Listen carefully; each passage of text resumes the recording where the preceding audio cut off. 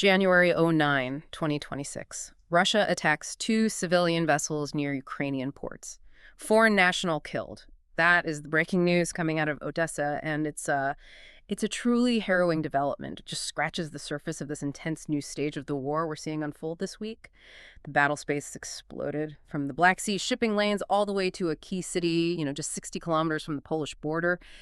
If you are supporting Ukraine, if you're invested in Europe's security, or if you just need the facts on what's happening right now and why it all matters, you are in the right place. So please subscribe to Defense Reports. It's your go-to source for timely, in-depth military and defense reports. I'm Alex. And I'm Maria. Join us in the latest Deep Dive by Defense Report for a sharp, no-nonsense breakdown of the latest in global defense news, military technology, and strategic developments. And today we're covering a terrifying convergence. We really are. We're seeing an escalation of naval warfare, the shocking deployment of a new strategic missile system, and the near-total collapse of Ukrainian civilian infrastructure under these mass strikes. It's just a staggering overview. And what's so crucial about this week is the speed of the escalation. I mean, the sheer scope of the crisis. It's now impacting international commerce thousands of miles away from the front line. Right. We're tracking immediate, tangible consequences. You have spiking insurance costs for Black Sea shipping. You have the first ever deployment of a strategic weapon system, the Oreshnik, far from the front lines. And you have Kyiv's mayor calling this the most serious damage to the capital's infrastructure to date. It's a simultaneous crisis on three distinct fronts. Exactly. To really grasp the gravity of this, I think we need to break it down. Let's treat it as three interconnected stories. So let's start in the Black Sea. Okay. Because this Odessa incident from January 9th immediately raised international alarm bells.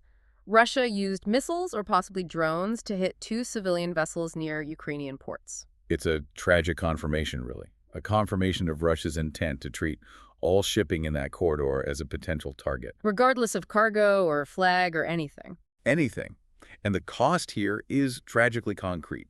One Syrian crew member was killed in that attack. And this is critical because it's part of a clear pattern. It's not a one-off. No, not at all. We've been tracking these maritime attacks since last year. There was a similar strike back in March of 2025 that killed 4 Syrians and damaged a Barbados-flagged cargo ship. So Russia is systematically just turning the screws, enforcing a de facto naval blockade. That's the goal. To stop Ukraine's legal, sovereign movement of goods. And the context for these strikes, as our sources indicate, is Moscow's direct retaliation. They threatened this after Kyiv ramped up its maritime drone attacks. They did, specifically targeting what Ukraine calls Russia's shadow fleet tankers. Let's define that term for our listener because it's important. What exactly is the shadow fleet? Right. So these are basically aging, often uninsured, completely unregulated tankers that are moving illicit Russian oil, bypassing all the international sanctions. So Ukraine is going after the money. Exactly.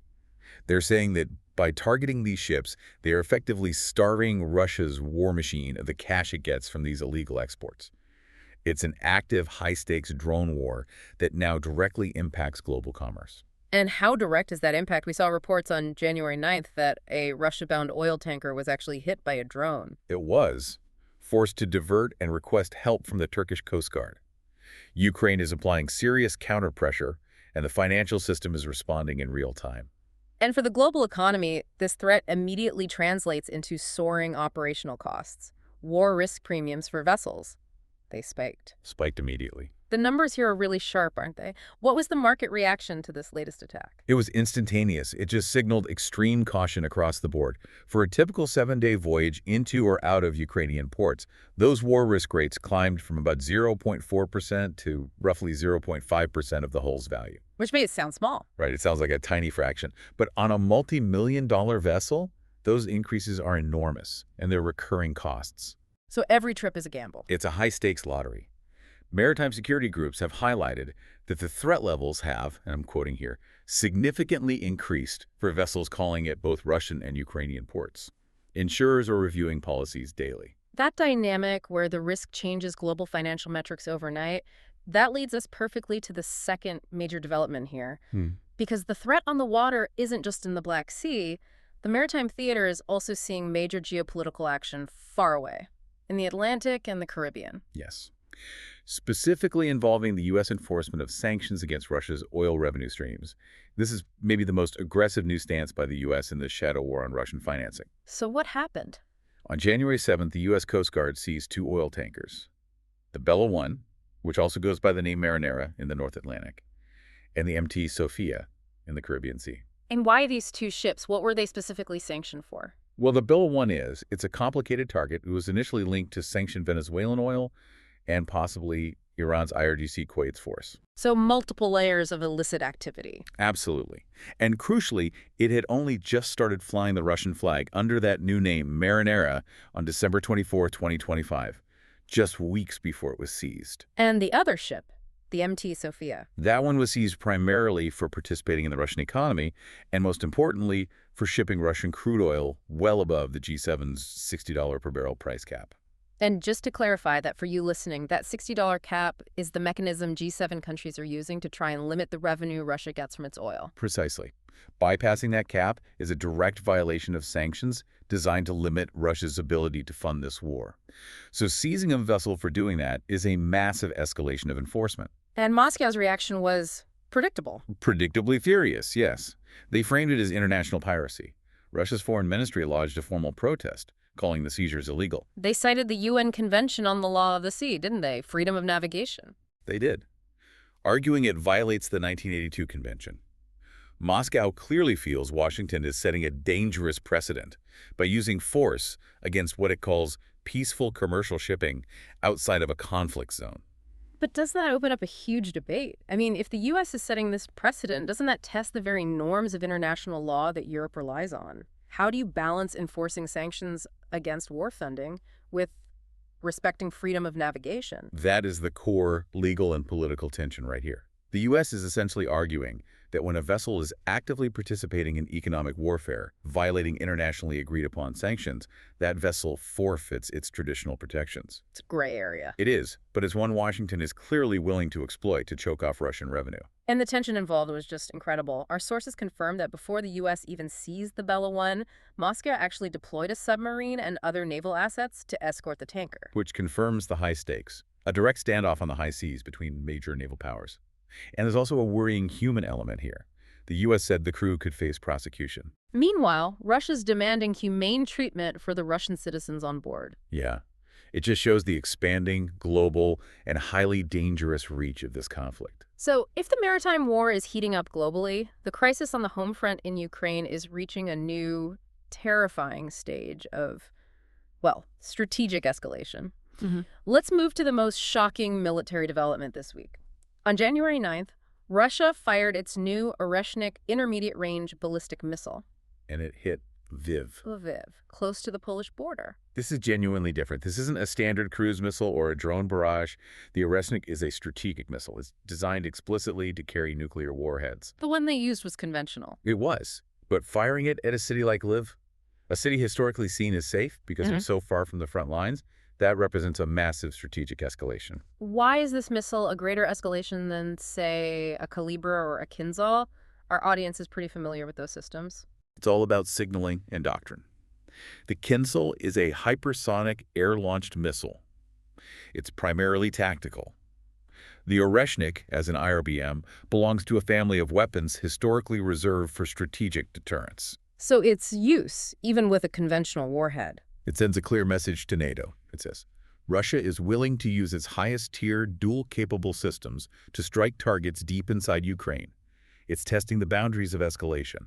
And this action, of course, triggered a massive political response across Europe. Absolutely. Ukraine's deputy foreign minister announced this would trigger emergency meetings at the UN Security Council and the Ukraine NATO Council. They are treating this as an existential threat to broader European security. As they should. They recognize the signal it sends to Poland and the rest of the alliance. Russia, meanwhile, claimed the strike was just retaliation. For an alleged Ukrainian drone attempt on Putin's residence, yes. The timing fits their pattern. But the facts behind that alleged drone attack, they remain entirely unpersuasive. There's no credible evidence. But what can't be denied is the devastating impact of Russia's overall campaign targeting the civilian home front. No, that cannot be denied. Which brings us to the state of critical infrastructure, particularly in Kyiv. The January 9th combined attack has been catastrophic. 6,000 apartment buildings are without heat. Amid sub-zero temperatures. This is intentional attrition warfare. It's aimed at breaking civilian will during the harshest weather. The mayor, Klitschko, he urged residents to temporarily leave the city. He had to. The damage from this combined attack was the most serious they have seen to date. We are talking about critical systems, power, water, heat, all targeted at the same time. It's easy to get lost in the numbers, but the human cost here. The last day alone, Russian attacks killed at least 8 people and injured 57. And among them, an emergency medic killed in Kyiv while responding to a previous strike. 3 medical workers injured in a separate hospital strike in Kherson. They're targeting the support structures. The very things designed to save lives. Mm. Medics, hospitals, heat supplies. It's a cold, calculated strategy to make life unsustainable for the civilian population.